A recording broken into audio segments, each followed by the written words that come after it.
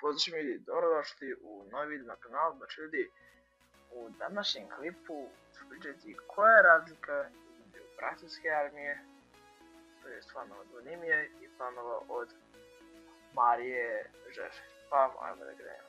Prije svega prema ovaj klip, pošto tu sam ja malo bio isto i radosni i to zanimalo me isto, pa eto možda i zanima i vas, pa ono da krenemo koja je to razlika.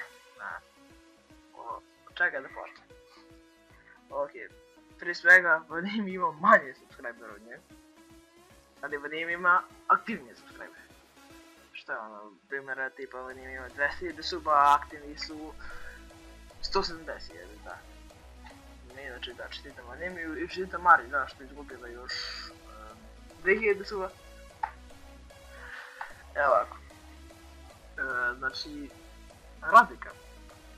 To što Vadim ima ovoliku armiju, a Marija ima ovoliku armiju. Ona čak i nema armiju. Smiješno, jel da? Da, također, da, imam poruka Marijinih fanima. Ovdje me kurac da dislajkovi. Sad, hit komentari. Još više me znam ovaj kurac. Jer fora je što ne boli kurac do sveta. Ovo pravim iz moje radoznosti, jer sam ja bio radozno i isto da li sad je meni da vidjeti hejt i to. Zabole me kurac. Prosto jednostavno izvinjam se zbog ovakvih reći jer eto, nervozan sam jer opet što tiče Instagrama, zanimljivo Instagrama, stvarno za prvi put vrlo moguće da je Marija umješana u to, za drugi put ne znam, ali ono. Ne želim ja da ulazim u to, u te svađe, to je između njih, neka rešavaju oni, ali što tiče fanova, koliko veđa bratska armija, svaka čast, ne pratim toliko Vanimija, iskreno vam kažem, znači ne pratim ga toliko, ali baš se mu su daju pravo lika.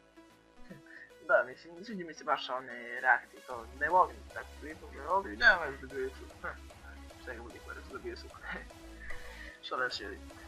Eto, to je u principu to neka razlika između Marijinih, pa točnije, znači Marijine armije koja u stvari ne postoji. Postoji neka mala armica od koliko već ljudi. A i Vanimijeva armija koja postoji, koja ima i ljudi. Dakle ljudi, eto, to je bilo to što se tiče ovog klipa. Ako vam se sviđa, ostavite like, share i subscribe i eto, to je bilo to, vidimo se u nekom narednom klipu. Pozdrav!